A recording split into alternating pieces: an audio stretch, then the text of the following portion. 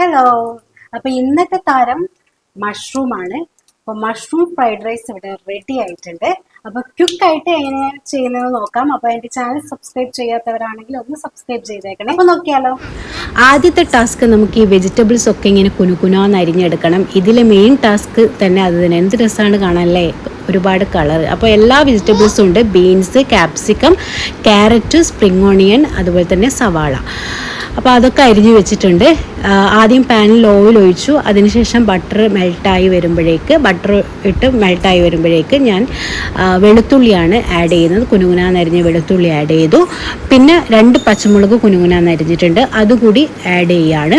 അതിനുശേഷമാണ് നമ്മൾ വെജിറ്റബിൾസ് ഓരോന്നായിട്ട് അതിലേക്ക് ആഡ് ചെയ്യുന്നത്. അപ്പോൾ ഇത് നിങ്ങളുടെ കുട്ടികൾക്കൊക്കെ സ്കൂളിൽ പോകുമ്പോൾ ലഞ്ച് ബോക്സിൽ കൊടുത്തയക്കാൻ പറ്റിയ സാധനമാണ് മഷ്റൂം ഫ്രൈഡ് റൈസ്. എല്ലാവർക്കും ഇഷ്ടപ്പെടും. അപ്പോൾ ഓരോ വെജിറ്റബിൾസും ഞാൻ അതിലേക്ക് ആഡ് ചെയ്യാണ്. അപ്പോൾ ഈ സമയത്ത് നമുക്ക് ഉപ്പ് കൂടി ഇട്ട്, വെജിറ്റബിൾസിലൊക്കെ ഒന്ന് ഉപ്പ് പിടിക്കണമല്ലോ, അപ്പോൾ ഈ സമയത്ത് ഉപ്പ് ഇട്ട് ഒന്ന് നന്നായിട്ട് ഇളക്കിയെടുക്കാം. അപ്പോൾ ഒന്ന് ജസ്റ്റ് ഒന്ന് വാടിക്കഴിയുമ്പോഴേക്ക് നമുക്ക് നമ്മുടെ മെയിൻ സാധനമായ മഷ്റൂം അതിലേക്ക് ആഡ് ചെയ്യാം. കാരണം ഇത് ഞാൻ കുറച്ച് മറ്റ് വെജിറ്റബിൾസൊക്കെ ഒന്ന് ജസ്റ്റ് വാടി കഴിഞ്ഞതിന് ശേഷമാണ് മഷ്റൂം ഇടുന്നത്. മഷ്റൂം അധികം ഉടഞ്ഞു പോകാൻ പാടില്ല, അപ്പോൾ ഒരു ടേസ്റ്റ് പോവും. അപ്പോൾ അതിന് ശേഷം ഞാൻ ഇഞ്ചി കുറച്ച് അരിഞ്ഞത് അതിലേക്ക് ഇട്ടു.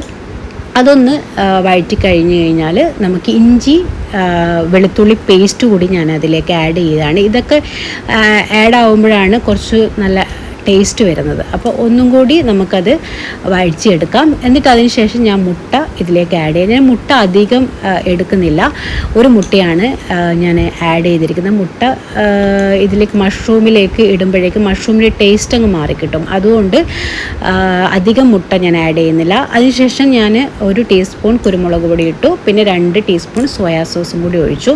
നിങ്ങളുടെ റൈസ് എത്രയാണോ ഉള്ളത് അതിനനുസരിച്ചായിരിക്കും ഇതിൻ്റെ ക്വാണ്ടിറ്റിയൊക്കെ കൂടുന്നത്. അപ്പോൾ ഞാൻ നേരത്തെ ബസുമതി റൈസ് വേവിച്ച് വെച്ചിട്ടുണ്ട് ഉപ്പിട്ട്.